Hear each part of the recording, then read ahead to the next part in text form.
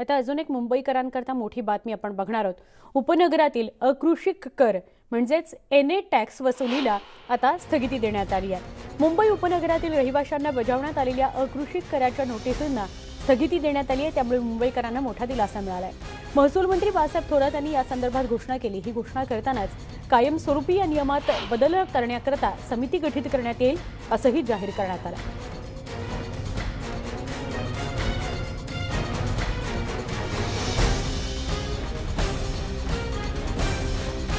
उपनगरातील अकृषिक कर वसुलीला स्थगिती देण्यात आली आहे। ही तात्पुरती स्थगिती आहे।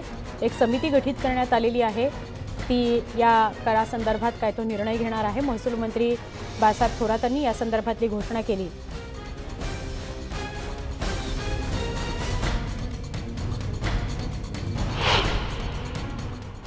सभागृहाचा एक त्याच्यामधला सूर माझ्या सगळ्यांच्या लक्ष येतो, म्हणून आम्ही याच्या आज तात्पुरती स्थगिती या सगळ्याला देतो आहोत।